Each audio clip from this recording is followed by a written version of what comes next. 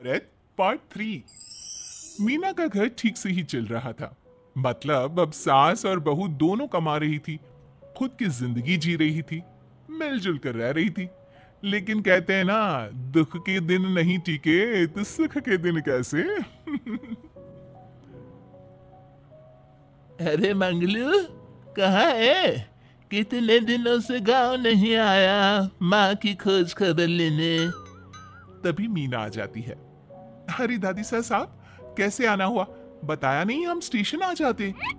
ये बोलते हुए मीना अपनी दादी सास के पैर छूने के लिए झुकती है कि दादी सास जोर की लात मारती है। बढ़िया ही, कैसे आना हुआ? मेरे पति का मकान है ये। और तेरे बाप ने क्या दिया जो तू पूछ रही है, हैं? और ये क्या पहना है? न साड़ी न सर पर पल्लू, बात बात पर जबान खुलती है। दादी सास बोलना रोक ही नहीं रही थी। मीना को गुस्सा आने ही वाला होता है कि उसकी सास आ जाती है। क्या बात है मीना, कौन चिल्ला रहा है? मैं हूँ मंगलू की दुल्हन। बहुत चपर चपर कर रही है ये मीना बहू। इसकी जुबान पर लगाम लगवा ले। मम्मी जी, मेरी बहू बहू है, घोड़ा थोड़ी ना है जो लगाम लगवा दूं। तभी वहां मंगलू यानी कि मीना का ससुर आ जाता है और मीना की सास को एक जोर का तमाचा लगा देता है। वाह, जुम्मा जुम्मा 2 दिन हुए नहीं कमाना शुरू किए, मेरी माँ के सामने होशियार बन रही है। मैंने बुलाया है माँ को, ये रहेंगी तो कम से कम इस घर की औरतें औकात में रहेगी। अरे जब से कमा रही है सर पर चढ़कर नाच रही है। चिंता न कर मंगलू, मैं आ गई हूँ ना। दोनों को लाइन में लगा कर रखूंगी। दोनों बहू ने मेरे मंगलू की जिंदगी खराब कर रखी है। तभी वहां पूता यानी कि मीना का पति आ जाता है। पूता जो कि दादी का दीवाना था। दादी, दादी मुझे क्यों नहीं बताया कि आप आने वाले हैं? मैं गांव आ जाता कार लेकर आपको लेने। अरे तू तो जानता ही है, कार में बैठ नहीं पाती। पता नहीं, बहुत दिनों से लग रहा था कि तू और मंगलू परेशान है। आज मन नहीं माना तो आ ही गई मैं। देख, यहाँ आकर पता लग रहा है। क्या पता लग रहा है दादी? यहाँ तो सब ठीक है, किसी को कोई परेशानी नहीं है। क्यों माँ, क्यों मीना, क्या हो गया? इन दोनों को क्यों परेशानी होगी? इन लोगों ने तो परेशान करके रखा है। माँ और मीना के बारे में कैसी बात कर रहे हैं पापा? क्या हो जाता है आपको रह रहकर? तू तो खाना बना बना कर बेशर्म हो गया है, लेकिन मैं नहीं। मेरी माँ आ गई है अब इस घर में। अब यहाँ सब वैसे ही रहेंगे जैसा मैं चाहता हूँ। देख मंगलू, तेरी बहू काम करती है तो मुझे कोई लेना देना नहीं है। लेकिन मेरी बहू कोई दर्जी का काम नहीं करेगी, साफ साफ बोल रही हैं। लेकिन दादी साहब, वो तो बहुत अच्छा बुटीक चला रही हैं। बहुत अच्छा चला रही है, लेकिन हम लोगों ने अपने घर की बहू से ना काम नहीं करवाना। अरे इसके बाप को शादी के वक्त ही बोल दिया था। और इसके बाप जिन्होंने दहेज में एक साइकिल दी थी ना, कैसे हाथ जोड़कर कह रहा था, मेरी बेटी आपके घर आ गई, इससे सौभाग्य कुछ नहीं।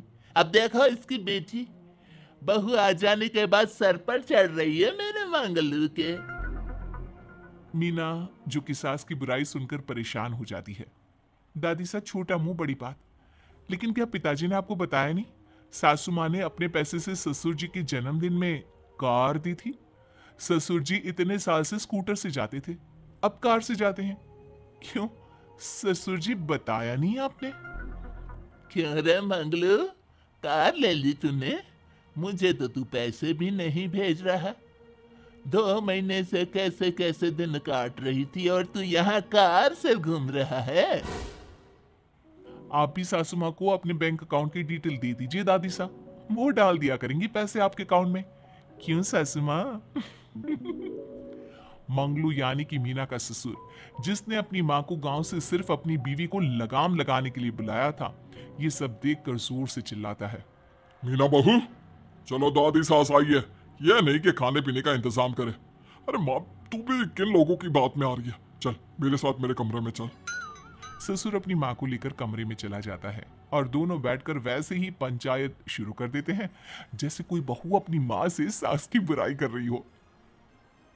देख मंगलू, गलती तो तेरी ही है जो तूने घर की जनानियों को काम के लिए बाहर निकाला। दूसरे तेरे पापा को देखा था, कभी मुझसे फालतू बोलते। अरे मरते दम तक तेरा बाप मेरी मुट्ठी में रहा है, यही सिखाया था मैंने तुझे। क्या बोलूं माँ, जब से ये मीना बहू घर आई है ना, इसने घर का सारा इतिहास भूगोल बदल कर रख दिया है। उस तितली से तो मैं बाद में निपटूंगी, पहले तेरी वाली को तो ठीक कर दूं। अरे बहू क्या आ गई, खुद को टाटा अंबानी समझने लगी है। माँ देख, जो भी हो, इस बात को याद रखना कि हमारे घर की परंपरा क्या है। औरतों का औकात में रहना जरूरी है। अरे बहू के साथ मिलकर माँ ये बहुत उड़ती रहती है। बेटा देख, गलती तो तेरी भी है, क्यों तूने इसे काम करने की छूट दी। मारना भी कम कर दिया है तूने इसे, वरना पहले आती थी तो बहू का कोई ना कोई हिस्सा सूजा हुआ या काला ही दिखता था। देखकर तसल्ली मिलती थी कि तूने कंट्रोल कर रखा है। इस बार तो काला और सूजा छोड़, अच्छी खासी चमकती दिख रही है ये। अब क्या बताऊं माँ, गलती तो हो गई है। हाँ, वो कार देखकर पिघल गया होगा ना तू। अरे बेटा, औरतों को मुट्ठी में रखा कर। शान की साइकिल ज्यादा अच्छी कुत्ता बनकर कार चलाने से, समझा। मीना का ससुर अपनी माँ की बात को सुन रहा था। बस माँ, जो गलती हो गई मिट्टी डाल उस पर। अब बस तू ना घर पहले जैसा करके जाना। ये सब ना बहू का किया धरा है, समझी। मतलब बहू को ठीक करना है तो बहू को लगाम लगाना होगा। ठीक है। दोनों माँ बेटा बातें करके सो जाते हैं। सोने के बाद अगली सुबह मंगलू की बीवी यानी कि मीना की सास, माँ जी उठिए, ये लीजिए गर्म पानी और ये दातुन। चलिए, तो याद रहा तुझे, वरना मैंने तो सोचा था कि बहू के चक्कर में पागल ही हो गई होगी बिल्कुल। अरे बहू के चक्कर में पागल होने का क्या मतलब होता है माँ जी? उसने मुझे मेरे पैरों पर खड़ा होना सिखाया है। मैं तो कहती हूँ उसके जैसी मेरी बेटी होती ना, तो शायद मैं बहुत पहले जीवन का मतलब समझ चुकी होती। तो दादी सास को समझ में आ जाता है कि सारा मामला मीना पर जाकर ही ठीक होगा। वो सोच लेती है कि अपनी बहू को छोड़कर पहले मीना को सही करना है। फिर अगले रोज, अरे मेरे पोते के पास तो मेरे पास बैठने का वक्त भी नहीं है, हैं? अरे कैसी बात करती है दादी, तेरे लिए तो मैं नौकरी भी छोड़ दूं। नौकरी नहीं, तू ना बीवी छोड़ दे, खुश हो जाऊंगी मैं। नीरज हैरान हो जाता है कि उसने तो मजाक किया था। दादी ये क्या बोल रही है? कैसी बात कर रही हो दादी? मीना ने तो सारा घर संभाला हुआ है। पहले तो घर गिरा जा रहा था ना। तेरी मीना के आने के पहले ना घर में चूल्हा जल रहा था, ना कोई रोटी खा रहा था। क्यों? नीरज को दादी बीवी के खिलाफ खूब कान भरती है। तू सही कह रही है दादी, औरत पैर की जूती और हाथ की मुट्ठी में ही ठीक लगती है। मीना ने ना सिर्फ घर का माहौल बिगाड़ा, माँ को भी पिताजी की इज्जत करनी छुड़वा दी। अब ठीक बोल रहे हो, घर को बिगाड़ने की मेन जिम्मेदार तो मीना ही है दादी। अभी उसे ठीक किए देता हूँ। तभी वहां पिता भी आ जाता है। देख बेटा, तो रोटी कम खाना मंजूर, लेकिन इन औरतों के आगे झुकना मंजूर नहीं। तेरी दादी ने घर की परंपरा बनाकर रखी, मजाल कि मेरा बाप मेरी माँ के सामने कुछ कह लेता। पर पापा, एक बात पूछनी थी। रहने बेटा, तू ना कंफ्यूज है जीवन में, तू ना कंट्रोल कर पाएगा अपनी जनानी को। मंगलू, मेरी तो टिकट ही करा दे गाँव की। तुम लोगों के घर तो मर्दों की कोई इज्जत ही ना है, और ये मेरे घर की परंपरा ना है। मैं चली। अरे ना ना दादी, मैं तो बस देख अब मैं कैसे कंट्रोल करता हूँ इसे कल। फिर अगले रोज मीना ऑफिस के लिए तैयार हो रही थी कि देख मीना, आज मेरे दफ्तर से कुछ लोग खाने के लिए आ रहे हैं, तो शाम के खाने में, लेकिन आज तो मेरी मीटिंग है, फिर घर आने में मुझे देर हो जाएगी। तो मैं क्या करूं? बोला ना शाम को खाना बनाना है तो बनाना है, समझी? मीना को पति की बात अजीब लगती है, पर वो दादी सास के सामने कोई भी ड्रामा क्रिएट करना नहीं चाहती थी। ठीक है, मैं शाम को जल्दी आ जाऊंगी। अच्छा क्या खाना है प्लीज जल्दी से बता दीजिए।